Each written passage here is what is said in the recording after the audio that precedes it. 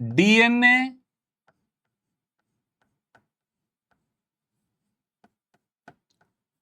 Replication, heading DNA replication. Replication क्या होता है?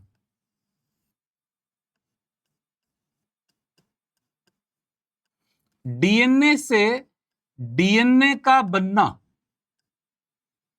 ये डीएनए की ऑटो कैटालाइटिक प्रॉपर्टी है। ऑटो, ऑटो का मतलब सेल्फ, ऑटो का मतलब सेल्फ।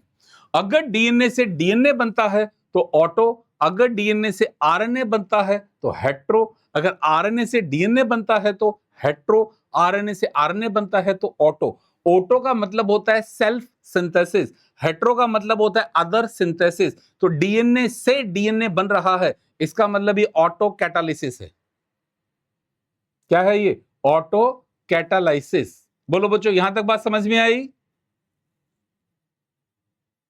ये जो रेप्लिकेशन होता है, अगर अपन बात करते हैं तो यूकैरियोट्स में ये रेप्लिकेशन एस फेज में होता है, और यही बात अगर प्रोकैरियोट की करते हैं तो प्रोकैरियोट में कब होता है? Just prior to binary fission.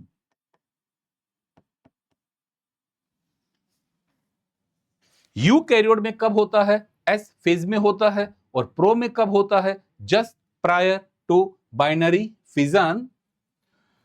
तो डीएनए से डीएनए का बनना क्या कहलाता है? डीएनए रेप्लिकेशन, जो ऑटो कैटालिटिक प्रॉपर्टी है।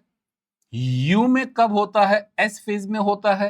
प्रो में कब होता है? Just prior to binary fission. Replication के लिए, रेप्लिकेशन के लिए जो मेन एंजाइम होता है, इस मेन एंजाइम का पूरा नाम होता है डीएनए डिपेंडेंट डीएनए पॉलीमरेज।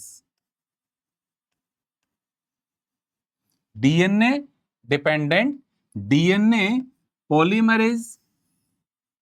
ये जो एंजाइम है, अगर हम प्रोकैरियोट्स की बात करते हैं तो प्रोकैरियोट्स में ये एंजाइम तीन तरह का होता है, तीन तरह का होता है। DNA polymerase first, DNA polymerase second, DNA polymerase third. यही अगर यूकैरियोट्स की बात करते हैं तो यूकैरियोट्स में alpha, beta, gamma, delta, epsilon. Eukaryotes को याद करने की जरूरत नहीं है, प्रोकैरियोट्स को अच्छे से याद करना है। चलो बच्चों, कॉपी में छापो सारे। इतने देखते बच्चों के क्या डाउट आ रहे हैं? कैटालाइटिक प्रॉपर्टी का मतलब होता है रेट ऑफ रिएक्शन को बढ़ाना। डीएस क्या करता है तू यार? कैटालाइटिक का मतलब क्या होता है? रेट ऑफ रिएक्शन को बढ़ाना।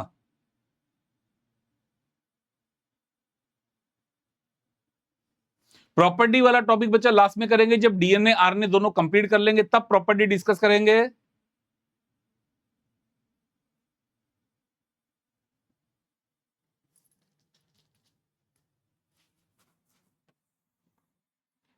नोटेड?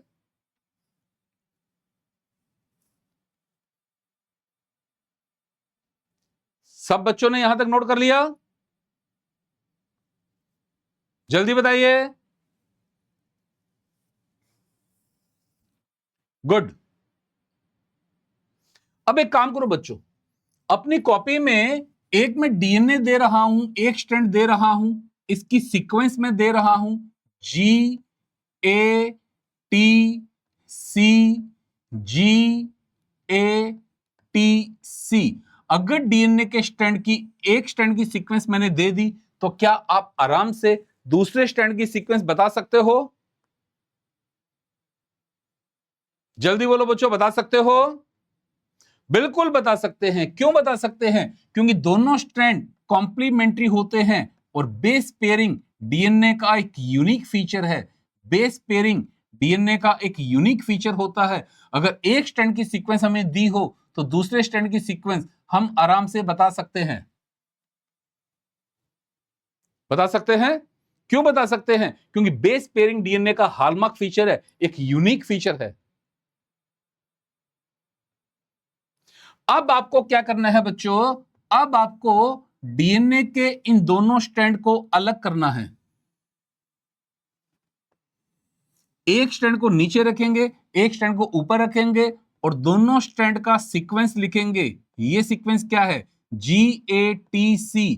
GATC ये क्या सीक्वेंस है? CTAG। CTAG। क्लियर है यहां तक? और अब इन पर आपको नया स्ट्रैंड बनाना है। तो G के साथ C, A के साथ T, T के साथ A, C के साथ G, C T A G। इसी तरह से यहां पर भी दूसरा स्ट्रैंड बनाना है।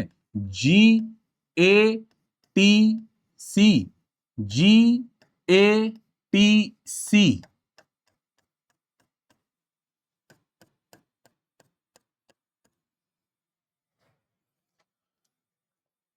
यहां तक बात क्लियर हुई?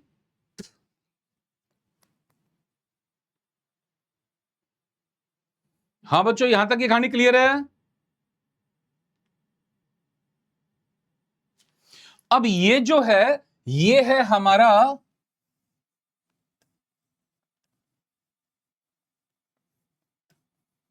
Parental DNA. और इस एक पेरेंटल डीएनए से क्या बन गए? दो डॉटर डीएनए। जल्दी छापो कॉपी में। अब बच्चों ये कॉपी अपने सामने रखना। सब बच्चे इस कॉपी को सामने रखना। हम एनसीईआरटी के एक बैक पेज पर जा रहे हैं। बैक पेज से मेरे को एक पैराग्राफ पढ़ाना था।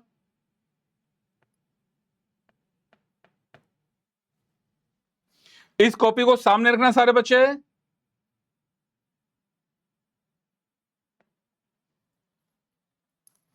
सामने है ना?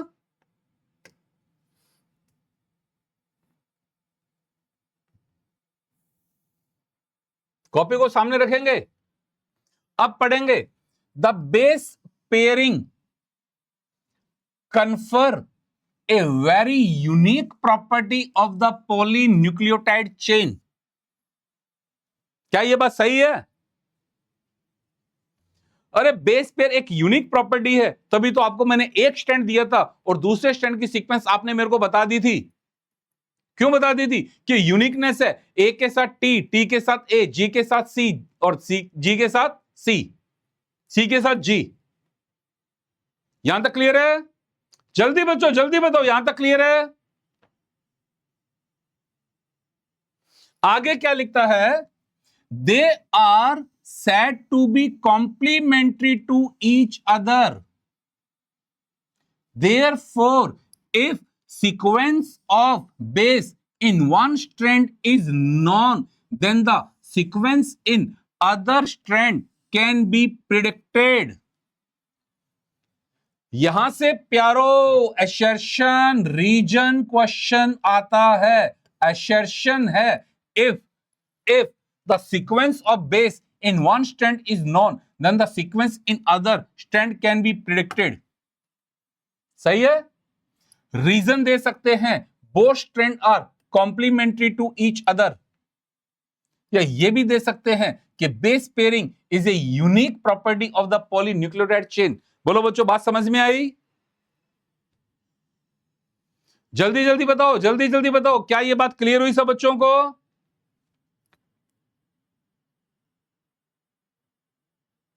अब हमने क्या किया था? अब हमने डीएनए के दोनों स्ट्रैंड को अलग कर दिया था। Also if each strand from a DNA let us called as a parental DNA act as a template for the synthesis of new strand. The two double strand DNA, let us call as the daughter DNA. Let us call as the daughter DNA. Thus, produce would be identical. Would be identical. चलो बच्चा party copy check करो. जो दो DNA बने हैं, क्या दोनों DNA identical है? आपने वर्क करके देखा है? चेक करो क्या दोनों डीएनए आइडेंटिकल हैं? चेक करो क्या आपस में आइडेंटिकल हैं या पेरेंटल डीएनए के भी आइडेंटिकल हैं? चेक करो, चेक करो. आपस में आइडेंटिकल हैं या पेरेंटल डीएनए के भी आइडेंटिकल हैं? Good good. यही तो बच्चा माइटोसिस है. यही तो माइटोसिस होता है. डन. पैरा क्लियर है सब बच्चों को? वापिस वहीं आएंगे. बस एक पैरा मेरे को यहां से पढ़ाना था. अब इस पैरा के बाद वापिस वहीं जाएंगे जहां से हम चले थे.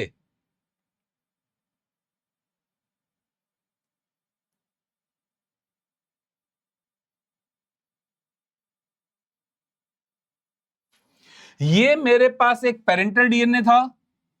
इस एक पेरेंटल डीएनए से दो डॉटर डीएनए बने. दोनों डॉटर डीएनए एक दूसरे के आइडेंटिकल हैं. अब आप कॉपी में काम नहीं करेंगे. मैं इसमें फिर प्रोसेस रिपीट कर दूं. यहां से फिर दो बन गए, यहां से फिर दो बन गए, फिर प्रोसेस को कंटिन्यू करता जाऊं. क्या बनने वाले डीएनए आइडेंटिकल होते जाएंगे?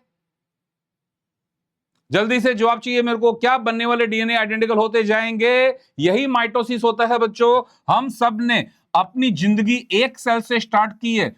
उस सेल का नाम है जाइगोट. जाइगोट में कौन सा डिवीजन हुआ है? माइटोसिस. माइटोसिस से हमारी बॉडी की सारी सेल बनी है. तो क्या हम कह सकते हैं? अरे कह सकते हैं क्या? अरे जल्दी बताओ, कह दूं क्या कि हमारी बॉडी की सारी सेल आइडेंटिकल हैं? क्या कह दूंगा हमारी बॉडी की सारी सेल जेनेटिकली आइडेंटिकल हैं? क्यों आइडेंटिकल हैं? क्योंकि वो सारी सेल कौन से डिवीजन से बनी है? माइटोसिस से बनी है. इसका मतलब क्या बॉडी की सारी सेल में, इन सारी सेल में हीमोग्लोबिन का जीन है या नहीं है? जल्दी से बताओ. क्या हर सेल के पास हीमोग्लोबिन का जीन है? क्या हर सेल के पास इंसुलिन का जीन है? क्या हर सेल के पास डाइजेशन एंजाइम का जीन है? जल्दी बताओ बच्चे. हमारी बॉडी की सारी सेल जेनेटिकली आइडेंटिकल है. हमारी बॉडी की सारी सेल जेनेटिकली आइडेंटिकल है. कान खोलना रे सारे बच्चे, बात को सुन लेना मेरी ध्यान से. इसलिए, अरे किस लिए? इसलिए डीएनए फिंगरप्रिंटिंग पॉसिबल है. क्या हम पहचान सकते हैं डीएनए फिंगरप्रिंटिंग से ये सेल किसकी है? क्योंकि बॉडी की सारी सेल आइडेंटिकल है. बॉडी की सारी सेल आइडेंटिकल है. Good good good. बात समझ में आई? जब इस एक डीएनए का रेप्लिकेशन हुआ, इससे दो डीएनए बने. इन दोनों डीएनए में अगर मैं इस स्ट्रैंड की बात करता हूं तो ये स्ट्रैंड क्या है? पेरेंटल. और इसकी बात करूं तो ये क्या है? नया बना है. ये क्या है? पेरेंटल. ये क्या है? नया बना है. ऐसे रेप्लिकेशन को क्या कहा जाता है? ऐसे रेप्लिकेशन को कहा जाता है सेमी कंजर्वेटिव. क्या कहा जाता है? Semi conservative. अब वो बच्चे एनसीईआरटी के ओरिजिनल पार्ट में. अब एनसीईआरटी का ओरिजिनल पार्ट सारे स्टडी करेंगे. ये पैराग्राफ सबसे पहले पढ़ेंगे. The scheme suggested that the two strand would separate and act as a template for the synthesis of new complementary strand. After the completion of replication, each DNA molecule would have one parental and one newly synthesized strand. This scheme was termed as the semi-conservative. This scheme was termed as the semi-conservative. बोलो बात समझ में आई? चलो copy में लिखो. Copy में लिखो. DNA replication is semi conservative. जल्दी से लिखो. DNA replication is semi-conservative. That mean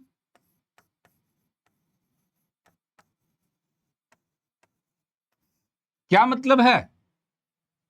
That mean in forming daughter DNA molecule,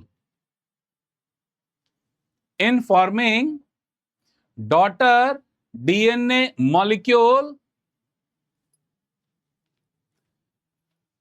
one strand is parental, one strand is parental, another strand is newly synthesized. One strand is parental and other strand is newly synthesized. In forming daughter DNA molecule, one strand is parental and other strand is newly synthesized.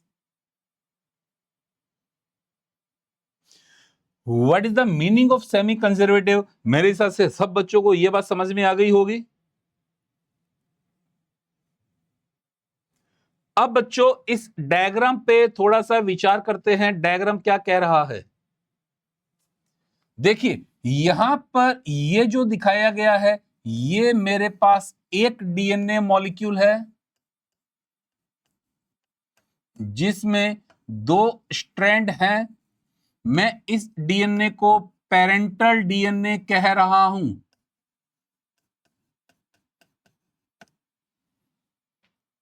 Okay, अब ये दोनों strand, ध्यान दोगे बच्चे, एक दूसरे से अलग हुए हैं और इन पर ये एक नया स्ट्रैंड बन रहा है। बात समझ में आई? तो इस एक डीएनए से कितने डीएनए बन गए हैं? 2 डीएनए बन गए हैं। इन दोनों डीएनए में ये वाला स्ट्रैंड पेरेंटल है, ये वाला नया बना है, ये वाला पेरेंटल है, ये वाला नया बना है। तो ऐसे मोड को क्या कहा जाता है? Semi conservative. क्या कहा जाता है? Semi conservative. और सेमी कंजर्वेटिव मॉडल सजेस्ट किसने किया था? Watson and Crick.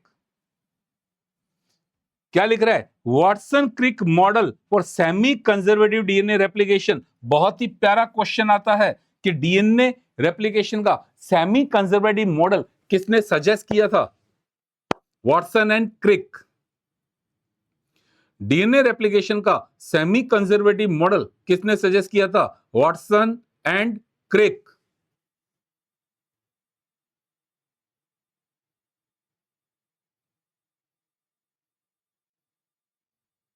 क्लियर है? कॉपी में लाइन लिखनी है, वेट कर रहा हूं मैं। Semi conservative mode was suggested by the Watson and Crick. Semi conservative mode was suggested by the Watson and Crick.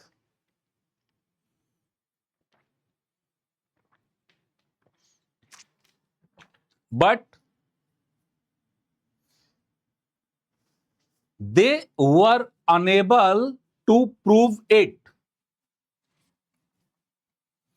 Semi-conservative mode was suggested by the Watson and Crick, but they were unable to prove it.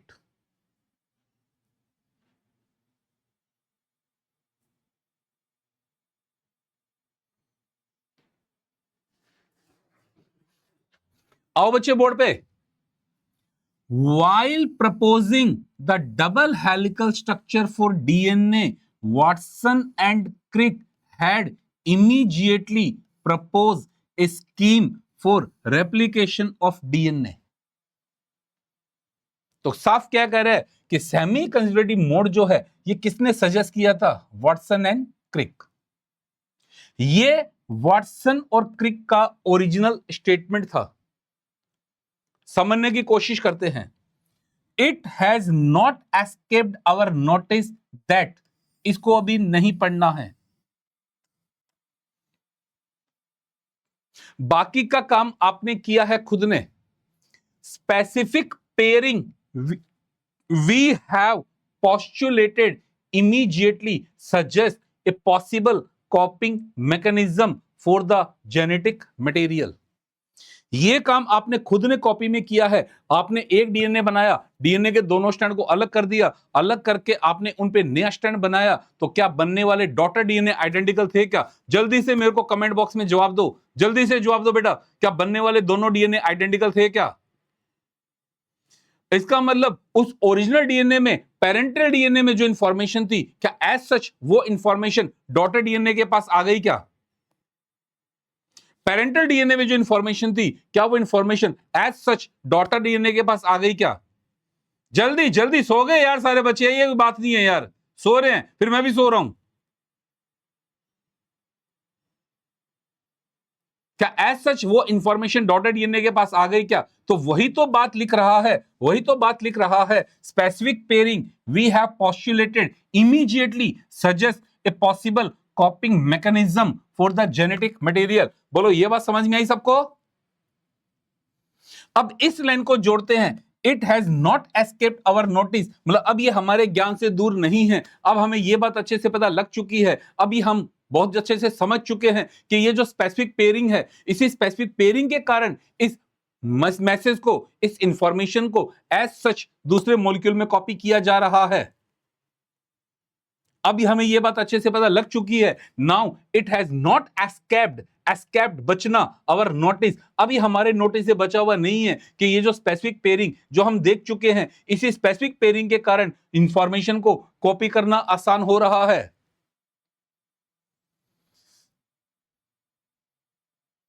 जल्दी बोलो बच्चों, ये बात समझ में आई? ये Watson और क्रिक का ओरिजिनल स्टेटमेंट है और सब बच्चे स्टेटमेंट को रट लेते हैं, इसका इंप्लीमेंटेशन नहीं करते हैं कि वो कहना क्या चाहते थे, समझाना क्या चाहते थे, वो कितनी दूरदृष्टि रखते थे, कितनी दूरदृष्टि थी उनकी कि वो जी कह रहे थे कि डबल हेलिकल मॉडल हम जो पढ़ रहे हैं, ये कोई ऐसा वैसा मॉडल नहीं है, ये कोई ऐसा वैसा मॉडल नहीं है। इसमें जो स्पेसिफिक पेयरिंग है, इसी पेयरिंग के कारण इंफॉर्मेशन को एज सच कॉपी किया जा सकता है। अगर ये नहीं होता तो इंफॉर्मेशन को एज सच कॉपी करना पॉसिबल नहीं होता।